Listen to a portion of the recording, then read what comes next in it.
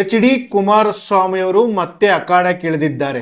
ಪ್ರೀತಿಯ ವೀಕ್ಷಕರೇ ನಮಸ್ಕಾರ. ನಾನು ಮತ್ತೊಂದು ಸುದ್ದಿಯ ಮುಖಾಂತರ ನಿಮ್ಮ ಮುಂದೆ ಬಂದಿದ್ದೀನಿ. ಇವತ್ತಿನ ಸುದ್ದಿ ಏನಪ್ಪಾ ಅಂದರೆ ಡಿ.ಕೆ. ಶಿವಕುಮಾರ್ಗೆ ಬಿಗ್ ಶಾಕ್. ಎಸ್ ವೀಕ್ಷಕರೇ, ಬಿಡದಿ ಟೌನ್ಶಿಪ್ ವಿಚಾರವಾಗಿ ಡಿ.ಕೆ. ಶಿವಕುಮಾರ್ ಮತ್ತು ಕುಮಾರಸ್ವಾಮಿ ಮಧ್ಯ ನಡೆದಂಥ ಸಮರದಲ್ಲಿ ಈಗ ಕುಮಾರಸ್ವಾಮಿ ಅವರು ಮತ್ತೊಂದು ಸ್ಟೆಪ್ ಮುಂದೆ ಹೋಗಿದ್ದಾರೆ. ಇದರ ಬಗ್ಗೆ ಪೂರ್ತಿ ಡೀಟೇಲ್ ಆಗಿ ಹೇಳ್ತೀನಿ, ವಿಡಿಯೋನ ಫುಲ್ ನೋಡಿ ವೀಕ್ಷಕರೇ. ಎಚ್.ಡಿ. ಕುಮಾರಸ್ವಾಮಿ ಮತ್ತು ಡಿ.ಕೆ. ಶಿವಕುಮಾರ್ ಮಧ್ಯೆ ನಡೀತಿರುವ ವಾಕ್ ಸಮರ ಅದು ಬಿಡದಿ ಟೌನ್ಶಿಪ್ ವಿಚಾರವಾಗಿ ಈಗ ಕುಮಾರಸ್ವಾಮಿ ಅವರು ಒಂದು ಸ್ಟೆಪ್ ಮುಂದೆ ಹೋಗಿದ್ದಾರೆ. ಯಾಕಪ್ಪ ಅಂದರೆ ಎಚ್.ಡಿ. ಕುಮಾರಸ್ವಾಮಿ ಅವರ ತಾಯಿ ಚೆನ್ನಮ್ಮ ದೇವೇಗೌಡರು ಮರಣ ಹೊಂದಿದ ಮೇಲೆ ಬಿಡದಿ ಟೌನ್ಶಿಪ್ ವಿಚಾರವಾಗಿ ಕುಮಾರಸ್ವಾಮಿ ಆಗಲಿ ನಿಖಿಲ್ ಕುಮಾರಸ್ವಾಮಿ ಆಗಲಿ ಒಂದು ಸ್ವಲ್ಪ ವಿರಾಮ ತಗೊಂಡಿದ್ರು. ಈಗ ಎಚ್.ಡಿ. ಕುಮಾರಸ್ವಾಮಿ ಅವರ ಆದೇಶದ ಮೇರೆಗೆ ನಿಖಿಲ್ ಕುಮಾರಸ್ವಾಮಿ ಅವರು ಒಂದು ಸ್ಟೆಪ್ನ ಮುಂದೆ ಇಟ್ಟು ಮತ್ತೆ ಪಾದಯಾತ್ರೆನ ಮುಂದುವರಿಸಲು ನಿರ್ಧಾರ ಮಾಡಿದ್ದಾರೆ. ಹೌದು ವೀಕ್ಷಕರೇ, ಕುಮಾರಸ್ವಾಮಿ ಹಾಗೂ ಡಿ.ಕೆ. ಶಿವಕುಮಾರ್ ಮಧ್ಯದಲ್ಲಿ ನಡೀತಿದ್ದಂಥ ಬಿಡದಿ ಟೌನ್ಶಿಪ್ ವಿಚಾರವಾಗಿ ಈಗ ಬಿಡದಿಯಲ್ಲಿ ಏನೆಲ್ಲ ಆಯಿತು ಅಂತ ನಿಮ್ಗೆ ಗೊತ್ತಿದೆ. ಬಿಡದಿ ಟೌನ್ಶಿಪ್ ವಿಚಾರವಾಗಿ ನಡೀತಿದ್ದ ಗಲಭೆಗಳ ಬಗ್ಗೆ ನಿಮಗೆ ಗೊತ್ತಿದೆ. ಆಲ್ರೆಡಿ ಅಲ್ಲಿ ತುಂಬ ಗಲಾಟೆಗಳಾಗಿದ್ದು ಡಿ.ಕೆ. ಶಿವಕುಮಾರ್ ವಿರುದ್ಧ ರೈತರು ತಿರುಗು ಬಿದ್ದಿದ್ರು. ಆದರೂ ಡಿ.ಕೆ. ಶಿವಕುಮಾರ್ ಹಾಗೂ ಬಾಲಕೃಷ್ಣ ಅವರು ನಾವು ಆ ಜಮೀನ ತಗೊಂಡು ಟೌನ್ಶಿಪ್ ಮಾಡೇ ಮಾಡ್ತೀವಿ ಅಂತ ಹೊರಟಿದ್ರು. ಅಧಿಕಾರಿಗಳು ಸರ್ವೆಗೆ ಬಂದಾಗ ರೈತರು ರೊಚ್ಚಿಗೆದ್ದು ಪರಕೆ ಪೂಜೆ ಮತ್ತು ಒಡೆದು ಕಳಿಸಿದ್ರು. ಇದೆಲ್ಲ ಆದ ಮೇಲೆ ಡಿ.ಕೆ. ಶಿವಕುಮಾರ್ ತನ್ನ ಸರ್ಕಾರದ ಪ್ರಾಬಲ್ಯವನ್ನು ಬೆಳೆಸ್ಕೊಂಡು ರೈತರನ್ನು ಅರೆಸ್ಟ್ ಮಾಡಿ ಜೈಲಿಗಟ್ಟಿದ್ರು. ಆದರೆ ಎಚ್.ಡಿ. ಕುಮಾರಸ್ವಾಮಿ ನಿಖಿಲ್ ಕುಮಾರಸ್ವಾಮಿ ಅವರ ನೇತೃತ್ವದಲ್ಲಿ ಲಾಯರ್ಗಳ ಮುಖಾಂತರ ಡಿ.ಕೆ. ಶಿವಕುಮಾರ್ಗೆ ಮತ್ತೆ ಅವಮಾನವಾಗಿ ರೈತರನ್ನ ಕೋರ್ಟ್ ಬಿಡುಗಡೆ ಮಾಡಿತು. ಇಷ್ಟೆಲ್ಲರ ಮಧ್ಯದಲ್ಲಿ ಎಚ್.ಡಿ. ಕುಮಾರಸ್ವಾಮಿ ಅವರ ತಾಯಿ ನಿಧನದ ನಂತರ ಕುಮಾರಸ್ವಾಮಿ ಅವರು ಸ್ವಲ್ಪ ಸೈಲೆಂಟ್ ಆಗಿದ್ರು. ಈಗ ಕುಮಾರಸ್ವಾಮಿ ಅವರ ಆದೇಶದ ಮೇರೆಗೆ ನಿಖಿಲ ಕುಮಾರಸ್ವಾಮಿ ಬೈರಮಂಗಲದಿಂದ ಫ್ರೀಡಂ ಪಾರ್ಕ್ವರೆಗೂ ಪಾದಯಾತ್ರೆ ಮಾಡಲು ಯೋಚನೆ ಮಾಡಿದ್ದಾರೆ. ಅದು ಯಾವತ್ತಪ್ಪ ಅಂದರೆ 9ನೇ ತಾರೀಕು ಬೈರಮಂಗಲದಿಂದ ಹೊರಟು 11ನೇ ತಾರೀಕು ಫ್ರೀಡಂ ಪಾರ್ಕ್ನ ತಲುಪುವ ಒಂದು ಯೋಚನೆ ಕುಮಾರಸ್ವಾಮಿ ಮತ್ತು ನಿಖಿಲ್ ಕುಮಾರಸ್ವಾಮಿ ಅವ್ರದ್ದಾಗಿದೆ. ವೀಕ್ಷಕರೇ, ಈ ವಿಷಯ ಯಾಕೆ ಹೇಳ್ತಾ ಇದ್ದೀನಿ ಅಂದರೆ ಡಿ.ಕೆ. ಶಿವಕುಮಾರ್ ಅವರಿಗೆ ಎಚ್.ಡಿ. ಕುಮಾರಸ್ವಾಮಿ ಅವರು ಒಂದು ಪಂತನ ಕೊಟ್ಟಿದ್ರು, ಬೈರಮಂಗಲಗೆ ಬಂದು ರೈತರ ಮುಂದೆ ನೀವು ಮಾತಾಡಿ, ಅವಾಗ ನಿಮ್ಮನ್ನ ನಾನು ಒಪ್ಕೋತೀನಿ, ನಿಮಗೆ ಏನು ಜಾಗ ಬೇಕೋ ಅದು ನಾನೇ ಕೊಡಿಸ್ತೀನಿ ಅಂತ ಕುಮಾರಸ್ವಾಮಿ ಅವರು ಒಂದು ಪಂತನ ಹಾಕಿದ್ರು. ಆದರೆ ಡಿ.ಕೆ. ಶಿವಕುಮಾರ್ ಅವರು ರೈತರನ್ನ ಮೀಟ್ ಮಾಡಲು ಒಪ್ಪಲಿಲ್ಲ. ಕುಮಾರಸ್ವಾಮಿ ಅವರನ್ನೇ ವಿಧಾನಸೌಧಕ್ಕೆ ಬರಕ್ಕೆ ಹೇಳಿದ್ರು.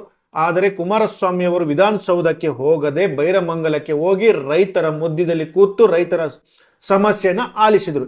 ಈಗ ಕುಮಾರಸ್ವಾಮಿ ಅವ್ರದ್ದು ಪ್ಲಾನ್ ಏನಾಗಿದೆ ಅಂದರೆ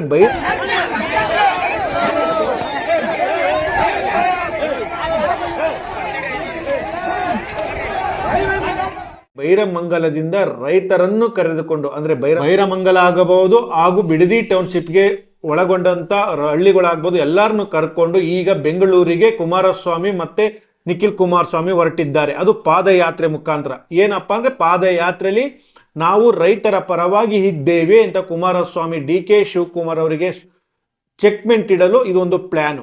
ಇಷ್ಟರ ಮಧ್ಯದಲ್ಲಿ ಕುಮಾರಸ್ವಾಮಿ ಅವರು ಮತ್ತೊಂದು ಮೆಗಾ ಪ್ಲಾನ್ ಅನ್ನು ಮಾಡಿಕೊಂಡಿದ್ದಾರೆ. ಅದು ಏನಪ್ಪ ಅಂದ್ರೆ HMT ಜಾಗ. ಎಸ್ ವೀಕ್ಷಕರೇ, ಎಚ್.ಡಿ. ಕುಮಾರಸ್ವಾಮಿ ಅವರು ಬೃಹತ್ ಕೈಗಾರಿಕೆಯ ಸಚಿವರಾದ ಮೇಲೆ HMTಯನ್ನು ಮರುಸ್ಥಾಪನೆ ಮಾಡಲು ಹೊರಟಾಗ ಇಲ್ಲಿನ ಕಾಂಗ್ರೆಸ್ ಸರ್ಕಾರ ಅದಕ್ಕೆ ಅಡ್ಡಗಾವಲು ಹಾಕಿತ್ತು.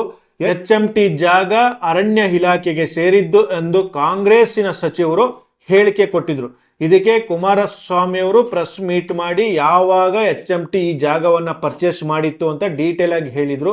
ಆದರೆ ಈಗ ಕುಮಾರಸ್ವಾಮಿ ಅವರ ಒಂದು ಮಾಸ್ಟರ್ ಪ್ಲಾನ್ಗೆ ಡಿ.ಕೆ. ಶಿವಕುಮಾರ್ ನಡುಗೋದಂತೂ ಗ್ಯಾರಂಟಿ. ಎಸ್ ವೀಕ್ಷಕರೇ, ಯಾಕೆ ಅಂತ ಹೇಳಿದ್ರೆ HMT ಜಾಗ ಅರಣ್ಯ ಜಾಗನೇ ಆಗಿರಬಹುದು, ಇಲ್ಲ HMTದೇ ಜಾಗ ಆಗಿರಬಹುದು. ಆ ಮರುಸ್ಥಾಪನೆಗೆ ಕುಮಾರಸ್ವಾಮಿ ಪ್ಲಾನ್ ಮಾಡಿದ್ದಾರೆ.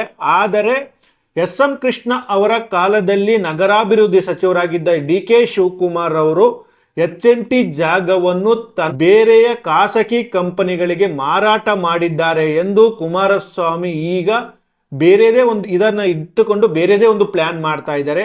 ಕುಮಾರಸ್ವಾಮಿ ಅವರ ಪ್ಲಾನಿಗೆ ಡಿ.ಕೆ. ಶಿವಕುಮಾರ್ ನಡುಗೋದಂತೂ ಗ್ಯಾರಂಟಿ. ಹೌದು ವೀಕ್ಷಕರೇ, ಯಾಕೆ ಅಂದರೆ ಅದು ಗೌರ್ಮೆಂಟ್ ಜಾಗ ಆಗಿದ್ದು ಅರಣ್ಯ ಇಲಾಖೆ ಜಾಗನೇ ಆಗ್ಬೋದು, ಇಲ್ಲ HMT ಜಾಗನೇ ಆಗ್ಬೋದು. ಅದನ್ನು ಮಾರುವ ಅಧಿಕಾರ ಯಾರಿಗೂ ಇರಲಿಲ್ಲ. ಯಾಕೆ ಅಂದರೆ ಅದು HMT ಜಾಗ.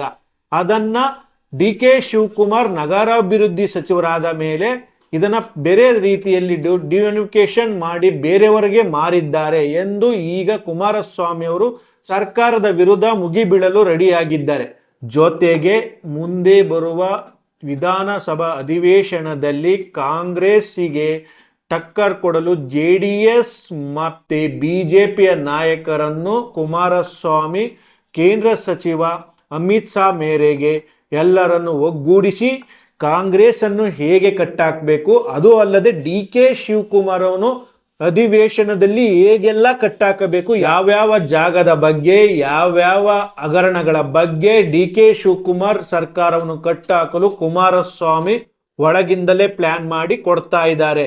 ಎಸ್ ವೀಕ್ಷಕರೇ, ಇದಕ್ಕೆ ಬಿಜೆಪಿಯ ನಾಯಕರು ಮತ್ತೆ JDS ನಾಯಕರು ಕುಮಾರಸ್ವಾಮಿ ಆದೇಶದಂತೆ DK ಶಿವಕುಮಾರ್ ಮತ್ತೆ ಅವರ ಸರ್ಕಾರವನ್ನು ಕಟ್ಟಾಕಲು ಅಧಿವೇಶನಕ್ಕಾಗಿ ಕಾಯುತ್ತಿದ್ದಾರೆ. ಎಸ್ ವೀಕ್ಷಕರೇ, ಕುಮಾರಸ್ವಾಮಿ ಅವರು DK ಶಿವಕುಮಾರ್ನ ಕಟ್ಟಾಕಲು ಪ್ಲಾನ್ ಮಾಡುತ್ತಿರುವ ಸರಿಯೋ ತಪ್ಪೋ ಅನ್ನುವುದನ್ನು ಕಾಮೆಂಟ್ ಮುಖಾಂತರ ದಯವಿಟ್ಟು ತಿಳಿಸಿ.